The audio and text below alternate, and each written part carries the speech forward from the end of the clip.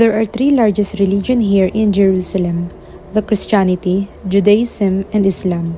At bawat relihiyon na ito ay andito sa Jerusalem ang kinoconsider nilang holiest site. The Church of the Holy Sepulchre are the holiest site for Christians, which we believe na dito ang location ng Calvary ni Jesus Christ na tinatawag na Golgotha or the place of skull.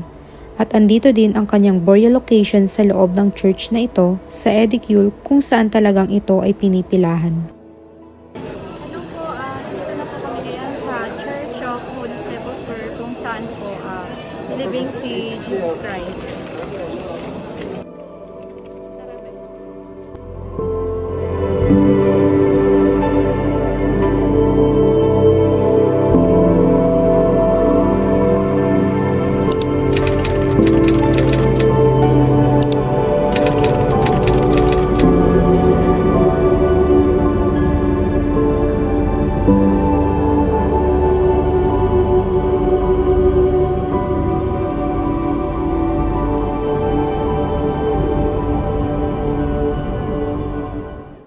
At sa pagpasok mo nga ng simbahan ay makikita agad itong tinatawag na Stone of Anointing, which Christians believe na dito nahimlay ang katawan ni Kristo at pinahira ng langis matapos alisin sa krus at ihanda sa libing sa kalapit na kuweba.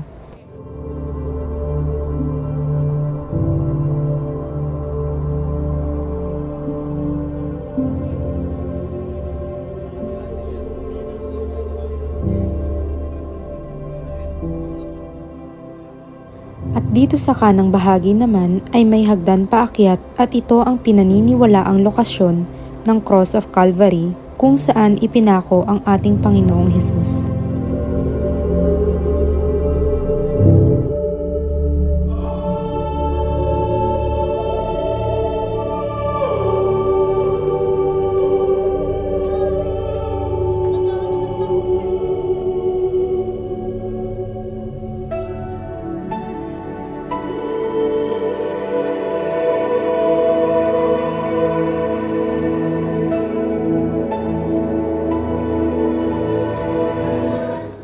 There is no strong evidence na dito talaga ang exact location ng krus ng Kalbaryo at libingan, but according to the Bible in John 19:41-42, his tomb was close to the place of the crucifixion.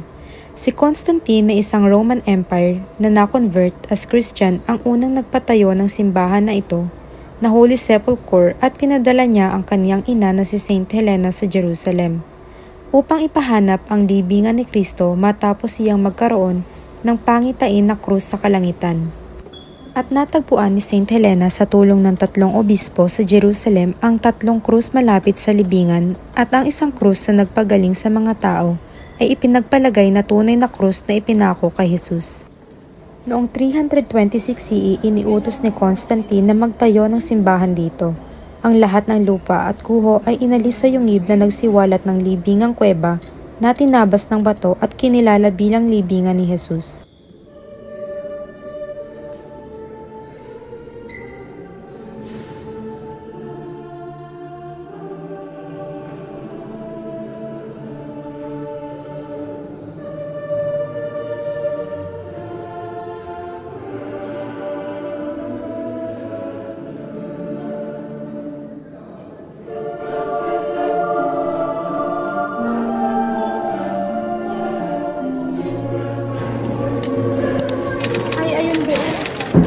Haba ng pila.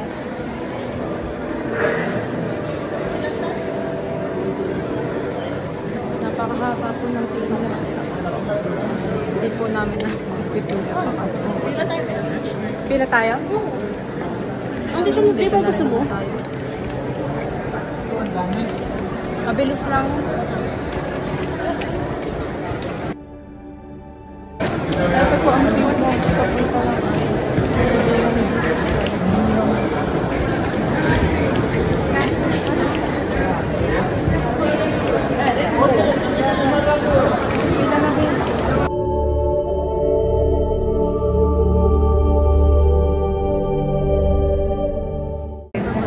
Hey guys, malapit na kami.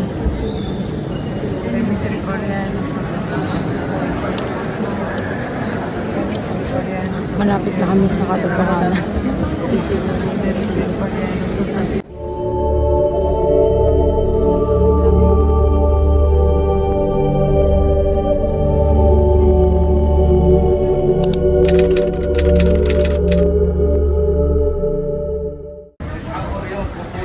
Ngayon guys ay papunta naman kami sa hotel or yung tinatawag na Western Wall sa English. Ay, sila Tidang! Kita-kita kami ng mga kasama sa hapon. Hi!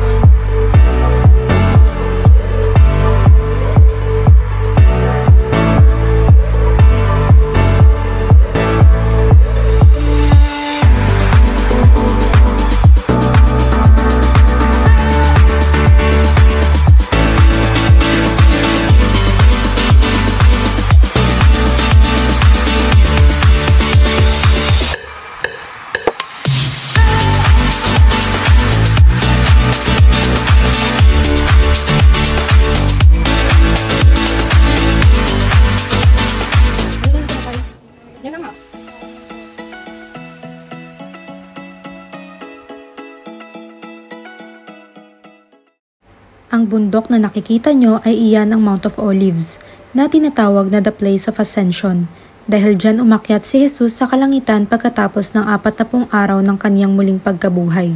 At dyan din sa lugar na yan kung saan siya ay umakyat ay dyan din siya bababa sa kanyang ikalawang pagparito. Ito ay mababasa natin sa New Testament sa Acts chapter 1 verse 9 to 12. At sa baba naman ng bundok na iyan ay ang Garden of Gethsemane, kung saan siya ay nagdasal bago siya arestuhin at ipako sa krus.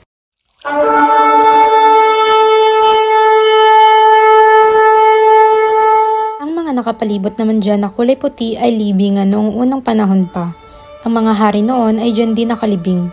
Tinatayang umaabot ng 150,000 ang libingan sa bundok ng Olibo. At ang paniniwala ng mga Hudyo ay dyan bababa ang Mesaya, at diyan magsisimula ang muling pagkabuhay ng mga patay. Ito ay mababasa naman natin sa Zacarias chapter 14 verse 4. Ang mga Hudyo ay hindi naniniwala kay Hesukristo. Ang inaantay nilang Mesaya ay dumating na noong unang panahon pa at paparito uli sa ikalawang pagkakataon.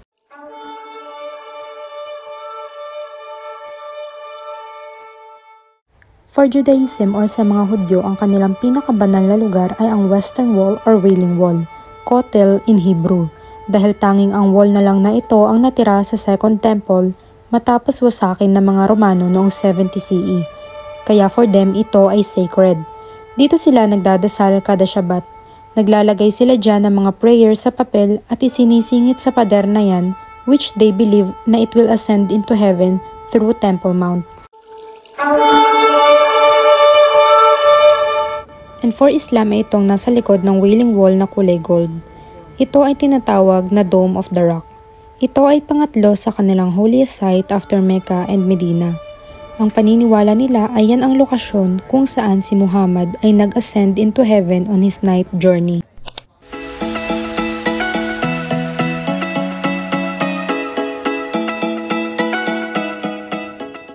Sobrang nakakabless na andito ako sa banal na lugar na nababasa ko lang dati sa Biblia dahil talagang pinangarap ko talaga na mapuntahan itong bansang Israel. Nagpapasalamat ako kay Lord na binigyan niya ako ng pagkakataon na makapunta dito at maibahagi din naman sa inyo itong mga ginagawa kong video dahil memories ko na din ito na babalikan kapag ako ay magfo-for good na sa Pinas. Salamat po sa inyong panonood at ngayon ay naglalakad na kami pauwi ng Tel Aviv dahil kailangan pa namin magpahinga sa flat bago bumalik ng trabaho. Ito ang palengke dito sa Jerusalem. Madami ding nagtitinda ng bargain dito at sa pag-uwi nga namin ay madadaanan natin mamaya ang Damascus Gate. At doon kami sasakay ng Sherut papunta ng Tel Aviv.